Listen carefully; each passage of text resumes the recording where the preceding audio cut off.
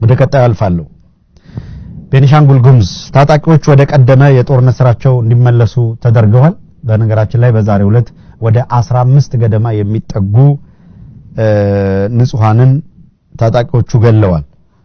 እነዚህ የቤኒሻንጉል ጉሙዝ ታጣቂዎችን ትሬን ያደረጋቸው ያሰለጠኗቸው ስምሪት የሰጧቸው ለጊዜው ተልቆ ሰጥተው ያስቀመጧቸው ራሳቸው እነ ሽመልስ አብዲሳ ናቸው ያው ጀስት እንድታውቁት ያክል ነው የቤኒሻንጉል ታጣቂዎች እንቅስቃሴ አሁን የተጀመረው ሁሉም ነገር ይውላችሁ ኦህዴድ ይሉንታ የሚባል እንደዚህ ገለመለ የለም አዲስ አበባ ላይ ያው እየተቀለለ ነው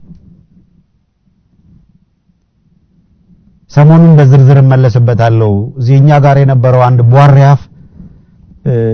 እንደለመደው ጣቃ ሲቀደድ ሰምቻለሁ አዲስ አበባ ላይ ፕሮጀክት አለ በአመት ከመናምን ውስጥ የሆነ ቡም የሚያረግ ነገር ታያላችሁ አዲስ አበባንማ 26000 ካሬ ናት ያልክኮ ስትሰብክ የነበርክኮ ነው ተመሳስለ ገብተ ዛሬ አይደለም እኮ አዲስ አበባ ህዝብ የፈረድክበት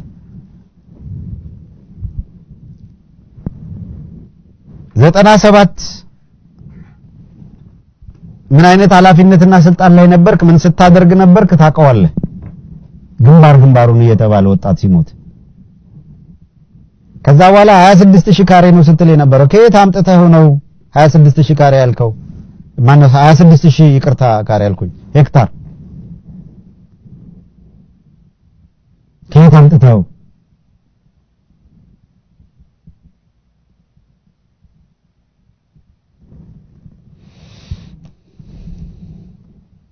120,000 በንጉሱ ጊዜ ደርግ በግማሽ ቀንሶ ወደ 56000 አረገው ያድግ 2000 ቀነሰ 54000 አድርጎ ቆየ እንግዲህ እሱ የኢህአዴግ ዘመን ካድሬ ነው 26000 የሚለው ኦህዴዶች ብቻ 26000 ነው ይሉት የነበረው አሁን ጊዜ መጣ ጊዜ አዘነበለ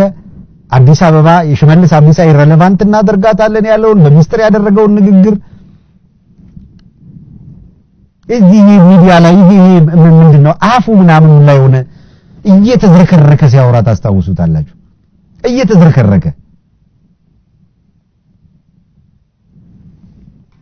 ዲስከስቲንግ ሲሆን ብዙ ነገር ያበሳጫል እና የአዲስ አበባን ህዝብ ስንት ጊዜ መበቀል ነው የሚፈልጉት ሽመልስ አብዲሳ አዲስ አበባን በአጭር ጊዜ ውስጥ ኢሬሌቫንት እናደርጋለን እንበትናለን ይሄንን እናደርጋለን ሲል ነበር የአዲስ አበባን ህዝብ ብትንትን አድርጎ አፈናቅሎ የትም ሜዳ ሲጥለው ለስቃይና ለመከራ ሲዳርገው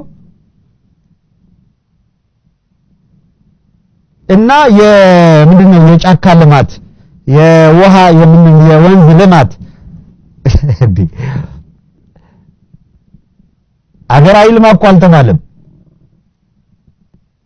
ዓለም አቀፍ የሰብአዊ መብት ተሟጋች ድርጅቶች ይያሉ ያሉት እባክህ አቁም ይያሉ የጮሁ ያሉት በምን ምክንያት ነው አምነስቲ ኢንተርናሽናል ሰብአዊ መብት ጥሰት እየተፈጸመ ነው ካድሬው ባድሎ እየሰራ ነው ብሔርን መሰረት አድርጎ ያፈናቀለ ነው ተመልከቱ በአዲስ አበባ ዙሪያ የኦሮሞ አርሶ አደሮች ተፈናቅለዋል በሚል በወቅቱ ኢህአዴግ የከፈለው ካሳ በቂ አይደለም ብለው እንደመጡ ታስታውሳላችሁ ካሳ ከፈሉ ከዛ ቀጥለው ለገበሬዎች ሳይሆን ለልጆቻቸው ካሳ መከፈል አለበት ብለው ካሳ ከፈሉ አሁን እንደገና ሌላ መመሪያ አውጥተው ቤትና ምናምን መሰጠት አለበት እንደገና ሶስተኛ ዙር ካሳ እየከፈሉ ነው መቼ በኢህአዴግ ዘመን ተነስተዋል በሚል ለኦሮሞ አርሶ አደሮች ከመሃል ከተማ አማራ አዲስ አበባ ላይ ይበዛል ተብሎ አማራውን በግፍ ያፈናቀሉት ነው እሱን ሌጂቲሜት አድርጎ አዲስ አበባ ስለለማች ነው ይላል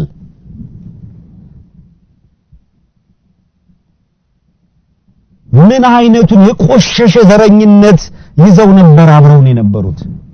ሰው ጨው አይደላት ቀምሱት ሰብአዊነት ላይ እንደዚህ አይነት ጨካኞች አረመኔ ይሆናሉ ብሎ ማን ያስባል ካድሬው ዙሮ ካድሬ ነው ስለ ሐኪሞች ሰምታችኋል ሰሞኑን ሲያነሱ ስለ ሐኪሞች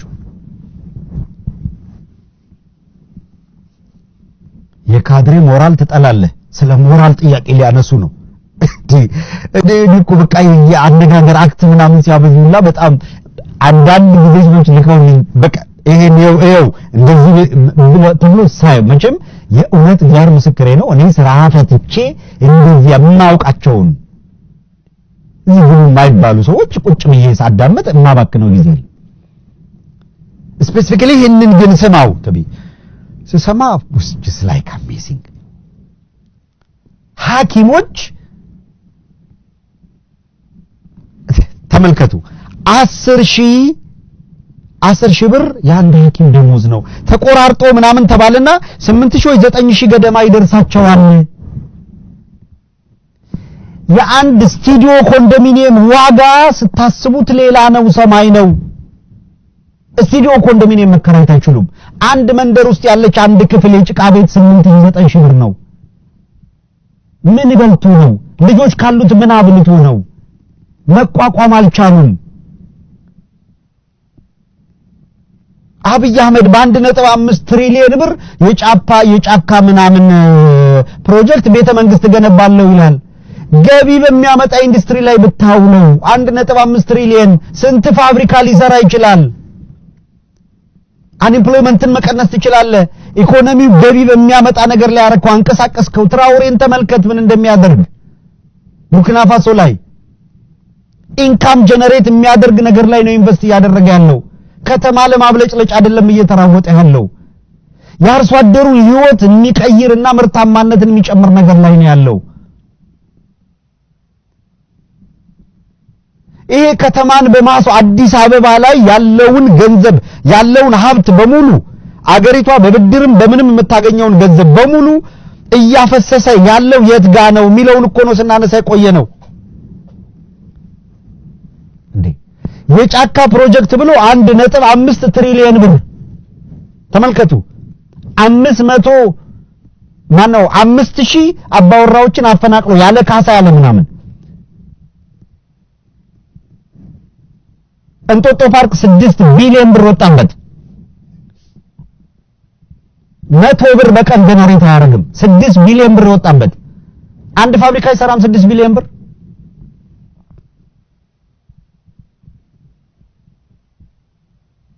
ተመልከቱ የቱ ነው የሚቀድመው ነው ያለው ዩኒቲ ፓርክ 5 ቢሊዮን ብር ኮሮሚያ በባስ የሚያመጧቸው ሰዎች አንዱ መሬት ላይ እንበረከከና አንዱ እግሩን ጭኖበት ፎቶ ይነሱበታል ዛት ሴት በቃ ከየቦታው የሚያመጧቸው ወጣቶች ፎቶ መነሻ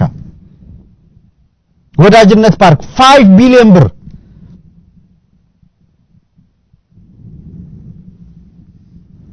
10 ቢሊዮን ብር ሳይንስ ሙዚየም እንደው በቅደም ተከተል ይሰዱትና አሁን ይሄንን 1.5 ትሪሊዮን ብር 6 ቢሊዮን ብር 5 ቢሊዮን ብር እንደገና ሌላ 5 ቢሊዮን ዩኒቲ ፓርክ 5 ቢሊዮን ብር ነው ከላይ ልጀምር የጫካ ፕሮጀክቱ 1.5 ትሪሊዮን ነው የእንጦጦ ፓርክ 6 ቢሊዮን ነው ዩኒቲ ፓርክ 5 ቢሊዮን ነው ወዳጅነት ፓርክ 5 ቢሊዮን ነው ሳይንስ ሙዚየም 10 ቢሊዮን ነው አብርሆት 6 ቢሊዮን ብር ነው 1 2 3 4 5 6 ስንት ፋብሪካ ሊገነባ ይችላል ነበር የስንት ሰው ህይወት ሊለውጥ ይችላል ነበር ቤተ መንግስት እድሳትና ውበት 10 ቢሊዮን ብር የአድዋ ድል መታሰቢያ ሙዚየም 20 ቢሊዮን ብር መስቀል አደባባይ ፓርክ 4 ቢሊዮን ብር ዓለም አቀፍ ኮኔክሽን ማዕከል 40 ቢሊዮን ብር የአዲስ አበባ ኮሪደር አንደኛ ፌዝ 100 ቢሊዮን ብር 1 2 3 4 5 ከላይ 5 ቁጥሮች 10 እያንዳንዱ የዘረዘርኩላችሁ በቢሊዮን በትሪሊዮን እየወጣበት ያለው 100 ብር ጀነሬት አያደርግም ሜካፕ ነው አብይ ፊት ላይ እንደምታፈሱት ሜካፕ ብላችሁ ሰዱት ተመልከት ከሲንጋፖር የመጣ አንድ ካምፓኒ 26 ቢሊዮን ብር ሚሊዮን ብር ተከፍሎት በአንድ ሰዓት ወይም በ30 ደቂቃ ውስጥ ትርኢት እንዲያሳይ ተደረገ ትርኢት ማሳየቱን ካምፓኒው ፌስቡክ ገጹ ላይ ተለጠፈ እንደገና ሌላ ተጨማሪ ገንዘብ ከፍለው ከፌስቡክ ገጽ ላይ ባካ 50 እነሱ የሰሩት ነው ስራቸውን ለሌላው ዓለም ማስተዋወቅ አለባቸው ምክንያቱም ሌላም ቦታ ሄደው እንደዚህ ትርኢት አሳይተው እንዲከፈላቸው እያልን ያለነው ቅደም ተከተል ነው ጠኔ በሚደፋው ህዝብ መካከል የከተማው ውበት ላይ ትጨነቃለህ ኢትዮጵያ ኦሎምፒክ አዘጋጅ እኮ አይደለችም ውበትና መናፈሻ ላይ ነው ኢንቨስት ያረክ ያለው 20 ሚሊዮን ህዝብ ግን ፕራክቲካሊ እየተራበ ነው እያልን ያለው ሐኪሙ እየተራበ ነው ልጆቹ እየተራቡ ነው ንጹህ ህሊና የለውም ማደሪያ የለውም ስቃይ ላይ ነው አንተ ኢንቨስት የምታረገው ፕሮጀክት ላይ ነው ይሄንን ካላቆምክ ሐኪሙ መስራት ስላልቻለ መብቱን ለመጠየቅ ስራ አቁሟል አለ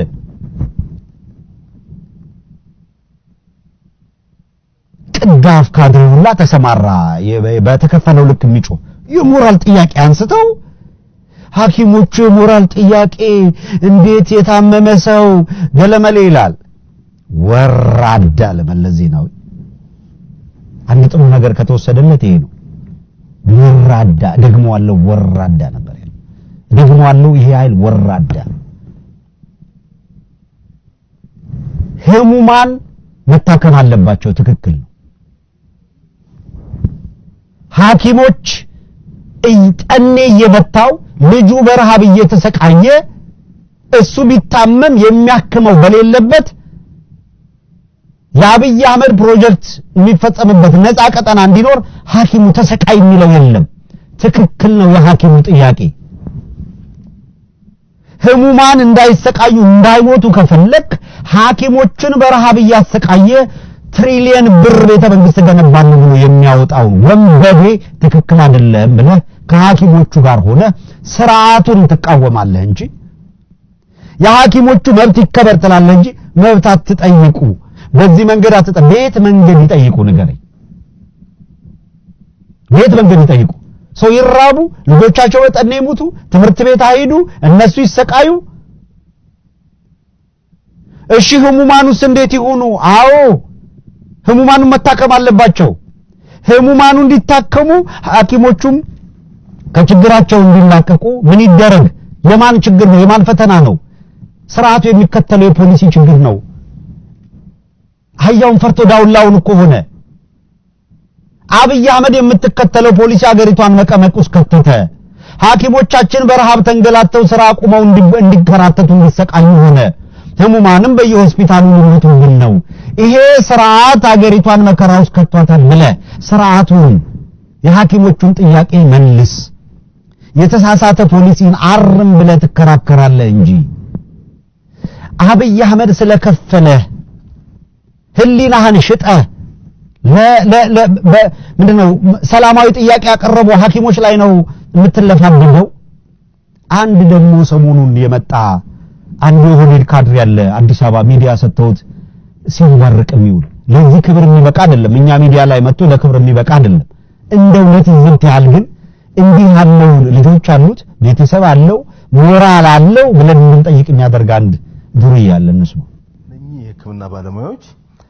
የደሞዝ ጥያቄ ብቻ ሳይሆን ስግብግብነት ነው የግል ሆስፒታል ውስጥም እንዳይሰሩ ላይሰንሳቸው መነጠቅ ነው ያለበት የትኛውም የግል ሆስፒታል ውስጥ እንደዚህ ላይሰንስ ኢትዮጵያ ውስጥም ሆነ ከኢትዮጵያ ውጪ ወጥተው እንዳይሰሩ ላይሰንሳቸው መነጠቅ ነው ያለበት ይሄ ሆዳደር ከርሳ ዜሮ ነው ዕውቀትም የለም ከኢትዮጵያ ውስጥ ወጥተው እንዳይሰሩ ይላል ከኢትዮጵያ ከወጣ በኋላማ አንድ ሐኪም አገሬን ብሎ እንጂ ኬንያ ቢሄድ እኮ የኢትዮጵያ ውስጥ የ50 ሐኪም የ100 ሐኪም ደሞዝ ለብቻው የተከፈለው ኬንያ ተለምኑ ኬንያ ቢሄድ ሳውዝ አፍሪካ ቢሄድ ተው አውሮፓን ተው አሜሪካን አሁን አውሮፓም እንግሊዝን ጨምሮ አውሮፓ እያወጡ ያለው የቪዛ መመሪያ ሚኒመም ሪኳየርመንታቸው ባችለር ሆኗል የባችለር ዲግሪ ያለው መሆን አለበት የሥራ ፈቃድ አግኝቶ ተሰዶ ለመስራት ብለው ጥያቄ ያቀርቡ ነው ፒኤችዲ ያለው ሐኪም ይሁን ስሙ ይቀበሉታል ከዚህ በኋላ የኢትዮጵያ አየር መንገድ ያባረራቸው ያሳደዳቸው በሙሉ በሌላ ቦታ እጃቸውን ተስመው ተቀበለው በኢንተርናሽናል ተቋማት እየሰሩ ነው ያሉት ህዝባችንን ብሎ ነው እንጂ ሐኪሙማ ቢሰደድ የት ሲኖር የለም ወይ $85 ለማግኘት እንዲህ ሞራሉን ነክተህ እንዲህ ኢትዮጵያዊነቱን ነጥቀህ እንደዚህ አይነት ወንበዴ ስርዓት ገንብተህ እንደዚህ አይነት ክፍታፍ ካድሬ ቀጥረህ በሰላማዊ መንገድ ያቀረቡትን ጥያቄ እንደዚህ ስታላግጥበትና ያልሆነ ነገር ስታደርግ የሞራል ጥያቄው እዚህ ያለ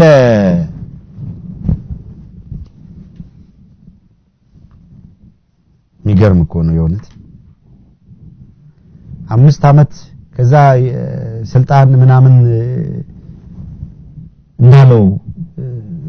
ጌታቸው ረዳ ሲሉ ነበር መሸከም የተሰጠውን ኃላፊነት መሸከም ሲያቅተው ሮጦ ፈርቶ የመጣ ሰው 4 አመት 5 አመት ፒዛ ዴሊቨሪ ሲሰራ ቆይቶ እድሜ ለነታማኝ በየነ ለያንተ ትልቅ ኃላፊነት ላይ ነበርክ የበደልከውን ህዝብ ካስ እንጂ እንደሚሰጥህና ተናገር ስርዓቱን አልጋልጥ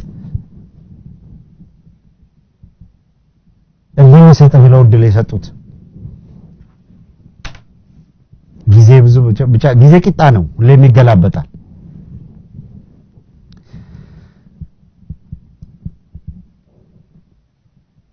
እንደነውርም ልካለው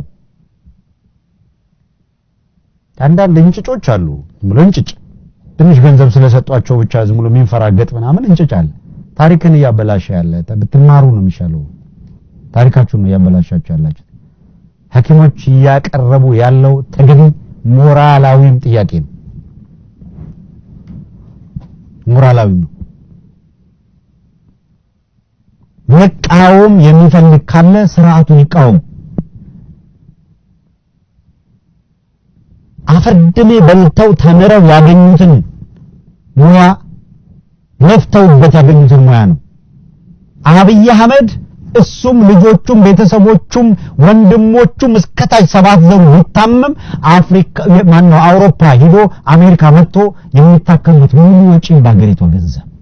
ህግን ነው የሚለው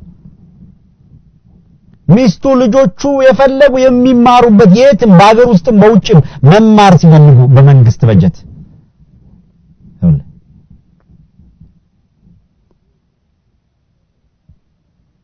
ከዛ ሐኪም ጠንነን ታውትላለ መምህራን ትምህርት ቤት ከተማሪ ጋር ይብሉ ይላል ሚስቱስ ቤት ልጆቹስ ምን ይብሉ እሱ ትምህርት ቤት ከተማሪ ጋር ተጋፍቶ ይብላል የመንግስት መቄዶንያ ሰርተት አስገባለ እንደዚህ አይነት ፖሊሲ አሻሽሎ አገር መቀየር አቅቶት ግራ የገባው ስብስብ ያገሪቷ ገዢ ሆኖ ተቀምጦ እሱን ተተህ መብታቸውን የጠየቁ ሐኪሞች ላይ አፍን ታላቅቃለ የሞራል ጥያቄ ታነሳለ አንድ ቀን ሳይበላ ቢሆን እኮ የሚጠወልግ እኮ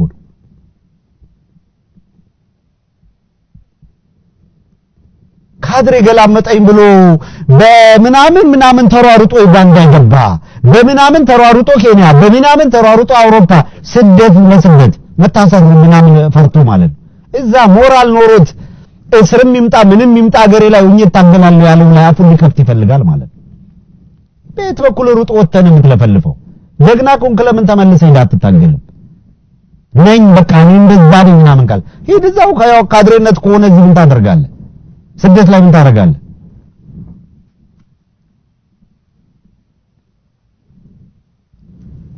ሌላውም በጣም ያሳዝናል እዚህ ዲያስፖራ ያለውም አካል